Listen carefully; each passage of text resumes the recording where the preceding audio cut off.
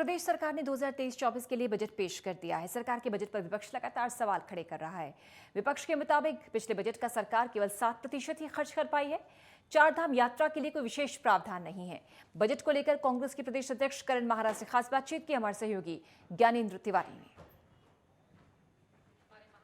धामी सरकार ने अपना बजट पास कर दिया है। हमारे साथ उत्तराखंड के कांग्रेस के प्रदेश अध्यक्ष करण मेहरा जी हैं, उनसे जानते हैं इस बजट को लेकर किस तरीके से देखते हैं पूरे बजट को जो इस बार धामी सरकार की जो बजट पास की गई है। देखिए, पहले तो इसी बात से क्लियर हो जाता है कि बजट कल 3 बजे पास हुआ है और आज संभवतः आज ही के दिन हर विभागवार जो है चर्चा हो जाएगी।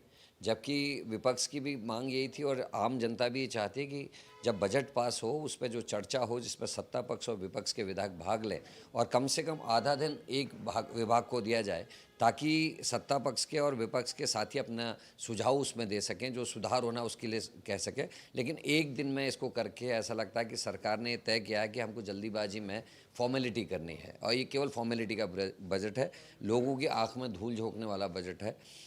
इसमें कई खामियां हैं, जैसे आपने जो समाज कल्याण की गौराधन योजना है, कन्याधन योजना है, जिसका पिछले वर्ष बजट जो था वो 500 करोड़ था, इस बार उसको 282 करोड़ कर दिया, घटा दिया गया, जबकि उसको बढ़ाई जाने की आवश्यकता थी। हमारा राज्य जो है ये देवभूमि है और इसमें अगर आप देखें तो पर्यटन और चारधाम यात्रा हमारे मुख्य इवेंट्स हैं। चारधाम यात्रा से पूरे विश्व पटल पे हम लोगों का नाम होता है, हमारी प्रसिद्धि होती है और टूरिस्ट हमारे यहाँ आता है और वो हमारे यहाँ के धामों के दर्शन करता है। उसकी सुख सुविधाओं के लिए केवल 10 करोड़ का बजट रखा गया, जो अपने आप में मजाक है।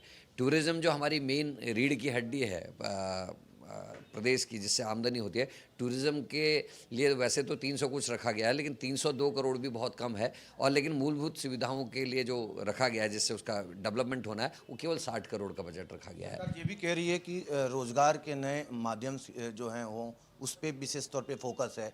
इसको आप देख रहे हैं कि क्या इस बजट में रोजगार के नए माध्यम कहीं ना कहीं सरकार इस पर फोकस रखी है? देखिए, मैं फिर कह रहा हूँ कि बिना किसी रिसर्च के ये बजट पेश किया गया है, कोई उसका आधार नहीं है। जैसे हॉर्टिकल्चर भी एक हमारा मेन बेस है, हॉर्टिकल्चर में बजट बहुत रखा गया है, लेकिन हॉर्टिकल्चर में ना तो जो हमारी बर्मी कंपोस्ट बनती है उसका कहीं जिक्र है, ना उसमें जिक्र है कि जो युवा हैं उनको कैसे ट्रेनिंग देंगे आप।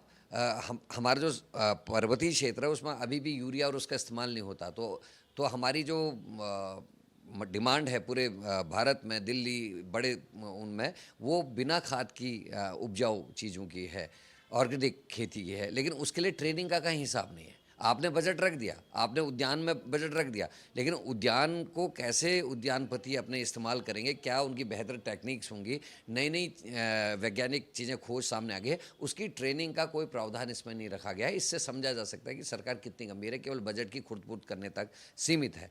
दूसरा, टूरिज़्म और ये सारी चीज़ें जिससे हमारा रोज़गार बढ़ेगा, वो सड़कों पे बहुत ज़्यादा डिपेंड करता है। खुद वीरेन जाति का जो हमारा प्रश्न था कि कितनी गड्ढा मुक्त सड़कें हो गई, गड्ढा मुक्त आपने बनाने की बात की थी, तो 3000 कुछ सड़कों का जिक्र था। 3000 कुछ किलोमीटर सड़कें जो है गड्ढा मुक्त होनी थी, जिसमें से मात्र 1100 के आसपास सड़कें गड्ढा मुक्त हुई पूरे 9 महीने में। और इन लास्ट के 2 महीने, 2.5 महीने में ये चाहते हैं कि हम 2100 किलोमीटर की सड़कों को जो है गड्ढा मुक्त करेंगे, जो अपने आप में एक मजाक है। और इस बार फिर से बजट उसमें एलोकेट किया है। और जिस बजट की बात हम पिछले वर्ष के करें, लगभग 70 करोड़ के आसपास या 65 करोड़ के आसपास का पिछला बजट था,